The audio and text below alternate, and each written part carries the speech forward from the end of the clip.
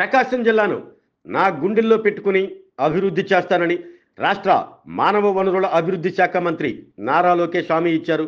ప్రకాశం జిల్లా కనిగిరి నియోజకవర్గంలోని పీసీపల్లి మండలం దివాకరపురంలో రిలయన్స్ న్యూ ఎనర్జీ ఆధ్వర్యంలో ఏర్పాటు చేయనున్న ఇంటిగ్రేటెడ్ బయోగ్యాస్ ప్లాంట్కు మంత్రి లోకేష్ భూమి పూజ చేసి శిలాఫలకాన్ని ఆవిష్కరించారు.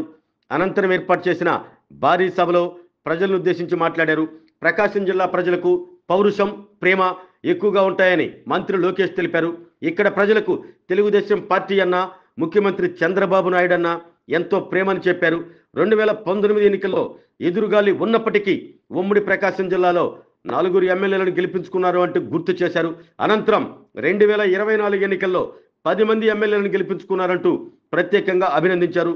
యువగళం ద్వారా చేపట్టిన పాదయాత్రలో నాలో మార్పు తీసుకువచ్చిందని తెలిపారు. నేరుగా ప్రజలను కలుసుకుని వారి కష్టాలను తెలుసుకోగలిగానని లోకేష్ తెలిపారు. యువగళం సమయంలో ప్రకాశం జిల్లా ప్రజలకు ఇచ్చిన హామీలను అమలు చేస్తున్నట్లు చెప్పారు. 5 ఏళ్ల కాలంలో 20 లక్షల మంది నిరుద్యోగ యువతకు ఉద్యోగ ఉపాధి అవకాశాలు కల్పించాలని తాను లక్ష్యంగా పెట్టుకున్నానంటూ అందుకు నా ధైర్యం, నా బ్రాండ్ సిబిఎన్ అని లోకేష్ చెప్పారు. రాష్ట్రంలో కూటమి ప్రభుత్వం ఇప్పటి వరకు 8 లక్షల కోట్ల రూపాయల పెట్టుబడులతో 5 లక్షల మంది నిరుద్యోగ యువతకు ఉద్యోగ అవకాశాలు కల్పించేలా కంపెనీలతో ఒప్పందం చేసుకున్నట్లు లోకేష్ తెలిపారు. నా సింగిల్ టార్గెట్ ఒక్కటే, అదే 5 ఏళ్లలో 20 లక్షల మందికి ఉద్యోగాలు కల్పించటమేననేది పునరుద్ఘాటించారు. అందుకోసం ఎక్కడికైనా వెళ్తాను, ఎవరినైనా కలుస్తాను అంటూ సభాముఖంగా లోకేష్ ప్రకటించారు. రిలయన్స్ అధినేతతో చంద్రబాబు నాయుడుకు సన్నిహిత సంబంధాలు ఉన్నాయని గుర్తు చేశారు. ఆ తర్వాత రాష్ట్రంలో పెట్టుబడులు పెట్టేందుకు రిలయన్స్ కంపెనీ ముందుకు వచ్చిందని తెలిపారు. రాష్ట్రంలో 65,000 కోట్ల రూపాయలతో 500 ప్లాంట్లు ఏర్పాటు చేసేందుకు ఒప్పందాలు కుదుర్చుకున్నట్లు మంత్రి లోకేష్ వివరించారు. ముఖ్యమంత్రి చంద్రబాబు నాయుడు పేదరికం లేకుండా చేయటానికి P4 కార్యక్రమానికి శ్రీకారం చుట్టారని, పేదరికం లేకుండా చేయటంలో ఇది తొలుగడుగని సిబిజీ ప్లాంట్ను ఉద్దేశించి లోకేష్ వ్యాఖ్యానించారు. కనిగిరిలో రైల్వే ప్రాజెక్ట్ ఏర్పాటు చేస్తామని, ఆగస్టులో ముఖ్యమంత్రి చేతుల మీదుగా దీనిని ప్రారంభిస్తామని ఇక్కడ ప్రజలకు లోకేష్ హామీ ఇచ్చారు. కనిగిరిలో IIIT ప్రారంభించేందుకు మళ్లీ వస్తానని, ఆ రోజంతా మీతో ఉండి ఫోటోలు దిగుతానంటూ కూడా లోకేష్ హామీ ఇచ్చారు. కొంతమంది గురించి ప్రత్యేకంగా నేను మాట్లాడాల్సిన అవసరం ఉంది. మొదటి వ్యక్తి మన పవర్ మంత్రి గొట్టిపాటి రవి గారు, మనందరి స్వామి ఎవరు డోల బాల వీరాంజనేయుల స్వామి గారు. బుడ్డోడని ఆయనే సెల్ఫ్గా చెప్పారు. బుడ్డోడైనా ఉగ్ర నరసింహ రూపుంది. నేనేమైనా హామీ మర్చిపోతే నన్ను వదిలిపెట్టుకున్న వెంటాడిన ఉగ్ర నరసింహారెడ్డి గారు, గౌరవ కలెక్టర్ గారు తమిన అన్సారియా గారు, గౌరవ చీఫ్ సెక్రటరీ విజయానంద్ గారు, నాకు కుటుంబ సమానమైన పిఎంఎస్ ప్రసాద్, అందరికీ నా హృదయపూర్వక నమస్కారాలు. ఉమ్మడి ప్రకాశం జిల్లా అంటే నాకు మొదటి గుర్తు వచ్చేది పౌరుషం, ప్రేమ. ఇక్కడ ప్రజలకి పౌరుషం ఎక్కువ, ప్రేమ కూడా ఎక్కువ. ప్రకాశం జిల్లాకు టీడీపీ అన్నా, చంద్రబాబు నాయుడు గారన్నా పెద్ద ఎత్తున ప్రేమ ఉంది. 2019లో ఎదురుగాలి ఉన్నా మీరు 4 శాసనసభ్యుల్ని తెలుగుదేశం పార్టీలో గెలిపించారు. 2024 ఎన్నికల్లో 10 సీట్లు తెలుగుదేశం పార్టీని గెలిపించారు. యువగలం పాదయాత్ర చేసినప్పుడు ఇక్కడ ప్రజల కష్టాలు నేరుగా నేను చూశాను. ప్రకాశం జిల్లాలో యువగలం ఒక ప్రభంజనంగా నడిచింది. వాస్తవంగా ఆంధ్ర రాష్ట్ర చరిత్రలో మార్పు మొదలైందంటే అది 2022లో ప్రకాశం జిల్లాలో జరిగిన తెలుగుదేశం పార్టీ మహానాడని సభాముగా తెలుపుతున్నా. నేను ఆ రోజే చెప్పా, మీరు నా పైన చూపించిన ప్రేమకు రెండింతలు తిరిగి నేను మీకోసం పని చేస్తానని. నేను ఆ రోజే చెప్పా, ప్రకాశం జిల్లా నా గుండెల్లో పెట్టుకుని అభివృద్ధి చేస్తానని. 2014లో రాష్ట్ర విభజన జరిగింది. కట్టుబట్టలతో మెడబట్టి మన అందరినీ బయటికి గెంటేశారు. ఆ కట్టుబట్టలతో మన ప్రయాణం ప్రారంభించాం. ఆనాడు అందరి ఆమోదంతో అమరావతియే మన రాజధానిగా ప్రకటించుకున్నాం. ఒకే రాజధాని అభివృద్ధి వికేంద్రీకరణ నినాదంతో మన ప్రభుత్వం పనిచేసింది. అనంతపురానికి ఆటోమోటివ్ కంపెనీలు తీసుకొచ్చాం. చిత్తూరు కడప జిల్లాకి ఎలక్ట్రానిక్స్ కంపెనీలు తీసుకొచ్చాం. కర్నూలు జిల్లాకి విద్యుత్ సోలార్ కంపెనీలని తీసుకొచ్చాం. ఇంకో పక్కన ప్రకాశం జిల్లాకి పెద్ద ఎత్తున ఆక్వా రంగాలను ప్రోత్సహించాం. ఇంకా ఉత్తరాంధ్రని విశాఖపట్నాన్ని ఏకంగా ఐటీ ఫార్మా హబ్గా కూడా మనం తయారు చేసుకున్నాం. ఇంకా 2019 నుంచి 24 వరకు ఏం జరిగిందో నాకన్నా మీకే బాగా తెలుసు. ఆంధ్ర రాష్ట్రంలో ఒక విధ్వంస పాలన నడిచింది. కొత్త కంపెనీలు తీసుకురాకపోగా ఉన్న కంపెనీల్ని పక్క రాష్ట్రానికి తరిమేసే పరిస్థితి. ఒక లూలు, అమర్ రాజా, హెచ్ఎస్బిసి లాంటి సంస్థల దగ్గర నుంచి చివరి జాకీ కంపెనీ దగ్గర నుంచి కూడా వాటాలు ఇవ్వలేదని వాళ్ళని తరిమేసే పరిస్థితి మనందరం చూసాం. నేను ఆ రోజు ముఖ్యమంత్రిగా ఉన్న పులివెందల ఎమ్మెల్యేకి ఛాలెంజ్ చేశా. మీరు తీసుకొచ్చిన ఒక్క కంపెనీ పేరు చెప్పమని. ఇప్పటికి కూడా అక్కడి నుంచి సౌండ్ రాలా.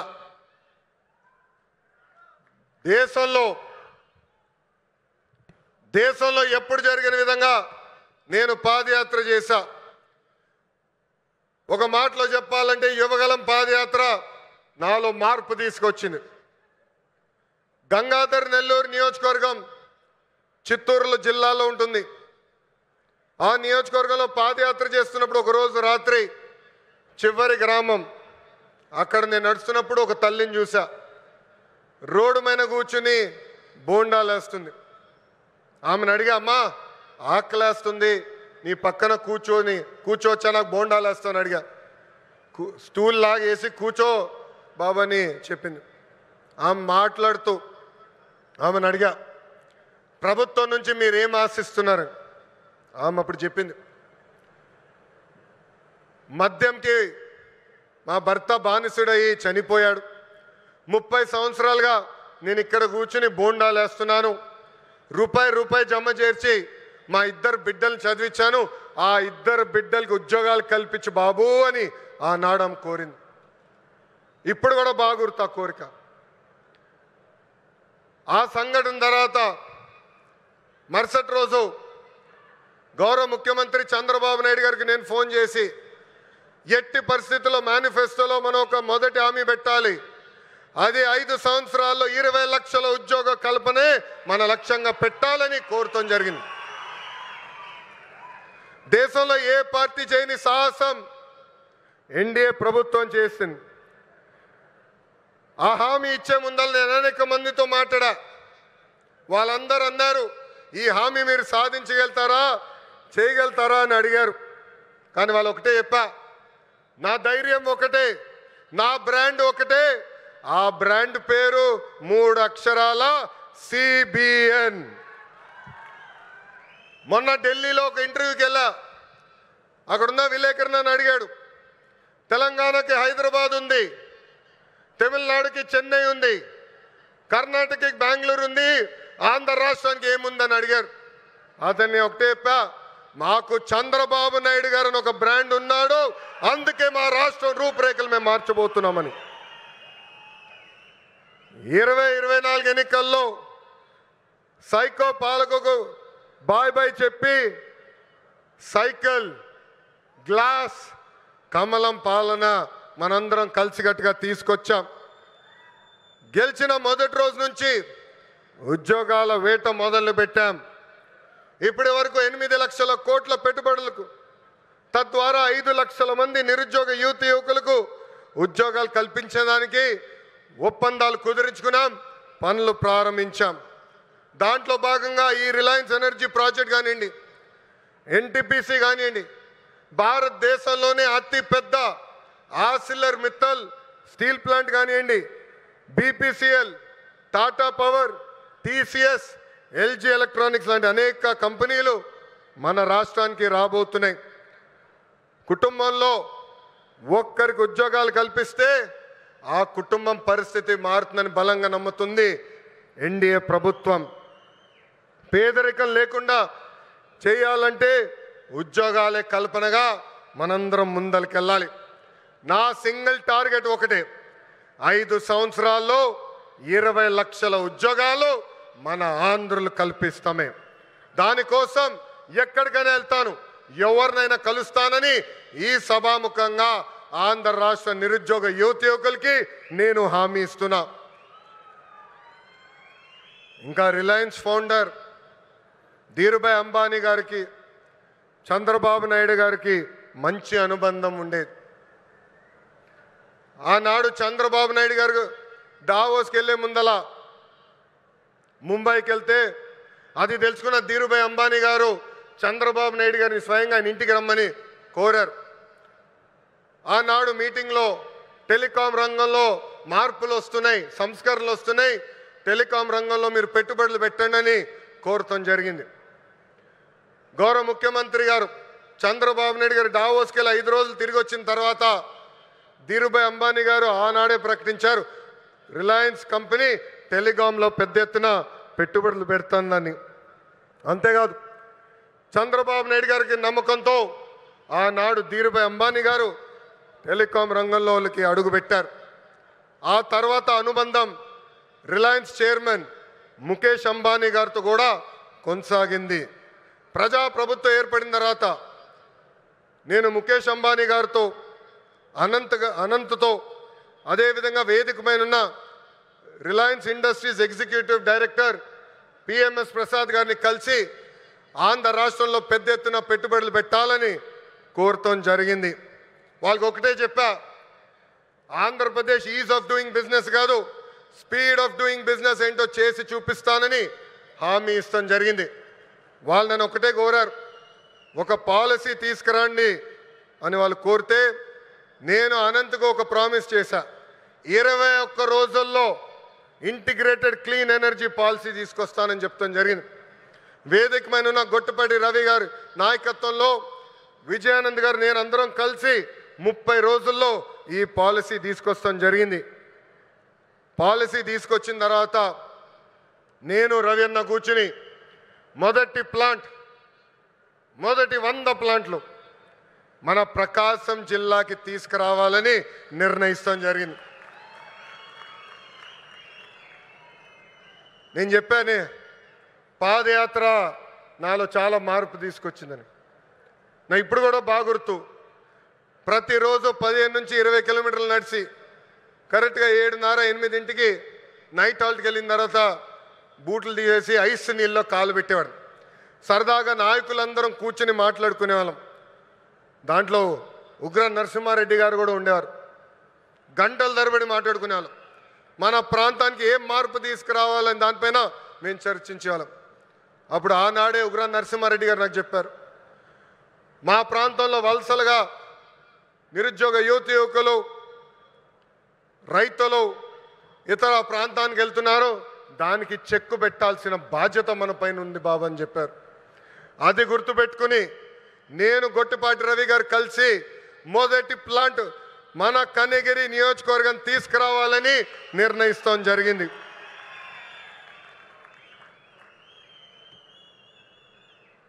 ఆంధ్రప్రదేశ్లో ఈ కంప్రెస్డ్ బయోగ్యాస్ ప్లాంట్స్ పెట్టేందుకు ఈరోజు రిలయన్స్ ఇండస్ట్రీస్ ముందుకు వచ్చింది. 65,000 కోట్ల పెట్టుబడి, దాదాపు 500 ప్లాంట్లు ఏర్పాటు చేస్తామని హామీ ఇచ్చారు.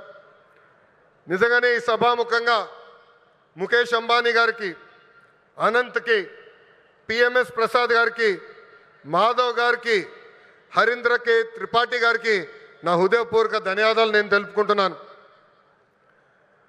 ఈ పెట్టుబడుల ద్వారా ఆంధ్ర రాష్ట్రంలోనే 2,50,000 మంది నిరుద్యోగ యువకులకి కూటమి ప్రభుత్వం ఉద్యోగాలు కల్పించబోతుంది. ప్రకాశం, అనంతపురం, కడపలో ఉన్న 5 లక్షల ఎకరాల బేడు భూమికి వినియోగంలోకి తీసుకుని రాబోతున్నాం. నేను యువగలంలో ప్రకాశం జిల్లాకు ఇచ్చిన హామీని దాంట్లో ఒక్క హామీని ఈరోజు నిలబెట్టుకున్నానని గర్వంగా చెప్పుకోగలుగుతున్నాను. రిలయన్స్ మొదటి సిబిజీ ప్లాంట్ కనిగిరిలో శంకుస్థాపన మేము చేశాము. ఈ ప్లాంట్ రిలయన్స్ సిబిజీ ప్రాజెక్ట్కి హబ్గా కూడా మారిపోతుంది. ఇక్కడనే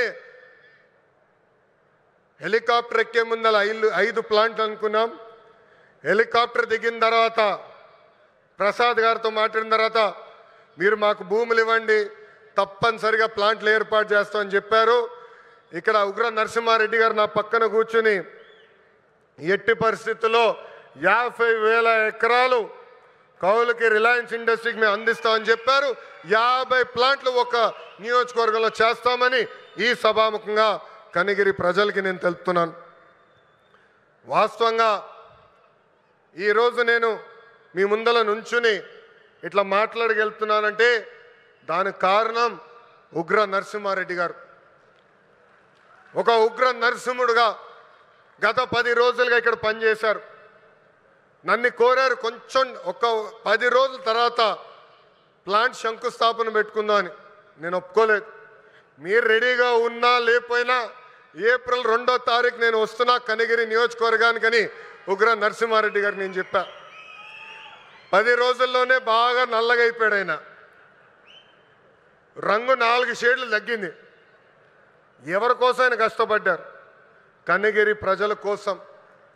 మన ఇంట్లో ఉన్న నిరుద్యోగ యువకులు పక్క రాష్ట్రాలకు వెళ్లకుండా మన ప్రాంతంలోనే మన నియోజకవర్గంలోనే ఉద్యోగాలు కల్పించే లక్ష్యంతో అహర్నిశలు పనిచేస్తున్న ఉగ్ర నరసింహారెడ్డి గారిని మనస్ఫూర్తిగా ఈ సభాముఖంగా నేను అభినందిస్తున్నా.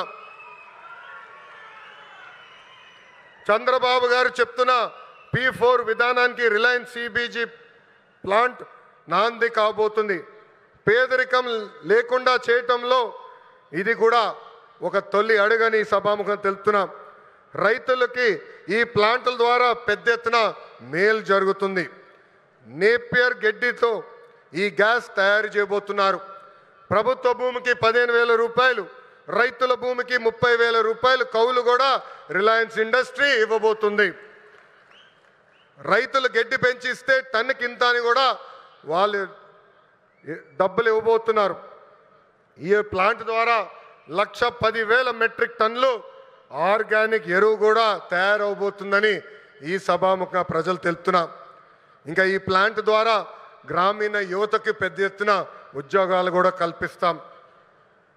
ప్రకాశం జిల్లాలోకి ఎప్పుడు వచ్చినా నాకు నా పాదయాత్ర గుర్తొస్తుంది. ఈరోజు నేను నడుచుకుంటూ వస్తున్నప్పుడు అందరినీ కలిసా. గట్టిగా నా చేయి లాగారు. నాకు యువగలం పాదయాత్ర గుర్తొచ్చింది. మీరు చూపించిన ప్రేమ ఇంకా నా చేతి పైన ఉంది. అందరు నా చేతులు గీరారు, ఒకరు నా చేయి కూడా కొరికారు. మీరు మాకు నా పైన చూపించిన ప్రేమ, అభిమానం నా జీవితంలో ఎప్పుడు మర్చిపోనని ఈ సభాముఖంగా ప్రకాశం జిల్లా ప్రజలందరికీ నేను తెలుపుకుంటున్నా. ఉగ్ర నరసింహుడు నన్ను వదిలిపెట్టాడు కదబ్బా. కొన్ని కోరికలు కోరారు. మొదటిది రైల్వే ప్రాజెక్ట్. గౌరవ చీఫ్ సెక్రటరీ గారు నాకు ఇప్పుడే చెప్పారు, ఏప్రిల్లో అవసరమైన నిధులు మేము విడుదల చేస్తాం. ఆగస్టులో గౌరవ ముఖ్యమంత్రి గారిని తీసుకొచ్చి ఆ రైల్వే ప్రాజెక్ట్కి మనం ప్రారంభిద్దామని తెలుపుతున్నాం. వెలగొండ ప్రాజెక్టు కూటమి ప్రభుత్వానికి ఒక ప్రయారిటీ. ఆగిన పనులు తిరిగి ప్రారంభిస్తాం. చివరి ఎకరానికి సాగునీరు అందించే బాధ్యత మేము తీసుకుంటాం. ఇంకా తాగునీరు గురించి నేను చెప్పాల్సిన అవసరంలా. తాగునీరు శాఖ మంత్రి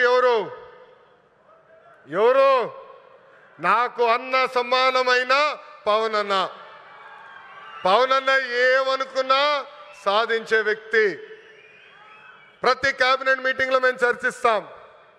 తాగునీరు ఒక ప్రయారిటీ అని ఆయన ప్రతి కేబినెట్ మీటింగ్లో చెప్పారు. గత ప్రభుత్వం నాశరికమైన పనులు చేసింది, ప్రాజెక్ట్ని పక్కన పెట్టేసింది. తిరిగి కేంద్ర ప్రభుత్వాన్ని ఒప్పించి నిధులు కేటాయించి ఈరోజు ఆ ప్రాజెక్ట్కి టెండర్ స్థాయికి తీసుకొచ్చారు. నా అన్న పవన్ అన్న త్వరలోనే ఆగిపోయిన పనులని ప్రారంభిస్తాం. ప్రతి గడపకి కుళాయి ద్వారా తాగునీరు కూడా అందించే బాధ్యత కూటమి ప్రభుత్వం తీసుకుంటుందని ఈ సభాముఖంగా తెలుపుకుంటూ ప్రకాశం జిల్లా ప్రజలందరూ ఒకటే కోరుతున్నా, వైకాపా పరిస్థితి చూస్తుంటే జాలేస్తుంది. వాళ్ళు పని చేయరు, పని చేయాలనుకున్న వాళ్ళ చేత పని చేయనీరు. ఈరోజు కొత్తగా చెప్తున్నారు ఈ ప్లాంట్ల ద్వారా ఏదో అయిపోతుందని. వాళ్ళని అడుగుతున్నా, మీరు ఇంట్లో గ్యాస్ సిలిండర్లు వాడరా, కట్టెపొయ్యిలు వాడుతున్నారా? ఆ గ్యాస్ తయారు చేసే ప్లాంట్ ఇది. ఎందుకు మీరు అపోహలు కల్పిస్తారు? రండి, ప్లాంట్ చూడండి, వెళ్ళి మీ నాయకుడు చెప్పండి. అంతేగాని ఈ ప్లాంట్కి అడ్డు పడితే ఎర్ర బుక్లో మీ పేరు ఉంటుందని ఈ సభాముఖంగా వైకాపా నాయకులు నేను హెచ్చరిస్తున్నా. మంచి పని చేసాక వచ్చా, దమ్ము ధైర్యంతో ఈరోజు నిలబడి చెప్పగలుగుతున్నా. 10 నెలల్లోనే ఎవ్వరు ఉంచిన విధంగా ప్రకాశం జిల్లాకి నేను ఈ ప్లాంట్ తీసుకొచ్చా. అంతేగాని తప్పుడు ప్రచారం చేస్తే నేను మిమ్మల్ని వదిలిపెట్టనని ఈ సభాముఖంగా వైకాపా నాయకులకు నేను హెచ్చరిక చేస్తూ,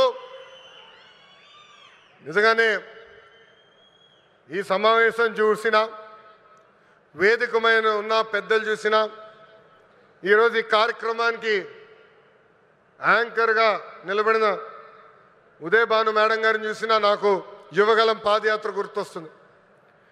ఆనాడు బీసీ గర్జన పేరుతో నేను కార్యక్రమం పెడితే ఉదయ్ భాను గారు స్వచ్ఛందంగా వచ్చి ఆ కార్యక్రమానికి యాంకర్గా నిలబడ్డారు. బీసీ సోదరులు జరుగుతున్న అన్యాయం పైన ఆనాడు మేము పెద్ద ఎత్తున ఆనాటి ప్రభుత్వాన్ని నిలదీశాం. నిలదీసినందుకు మేడం గారిని కూడా వైకాపా నాయకులు ట్రోల్ చేశారు. అంతేకాదు వేదికమైన పెద్దలందరి పైన దొంగ కేసులు పెట్టారు. నా పైన కూడా 23 కేసులు పెట్టారు. ఆనాడే చెప్పా, ఆ సైకో పాలనకి ఈ తెలుగుదేశం పార్టీ తగ్గేదే లేదని. వాస్తవంగా ఈరోజు ప్రజలకి స్వాతంత్రం వచ్చింది.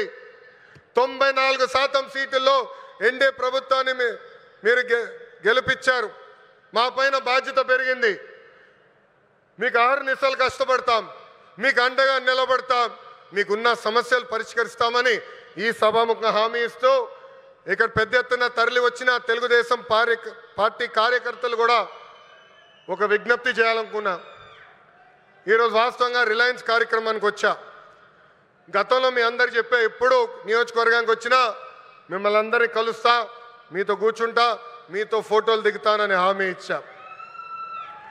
త్వరలో మళ్ళీ IIITకి శంకుస్థాపన వేసేదానికి నేను వస్తున్నాను.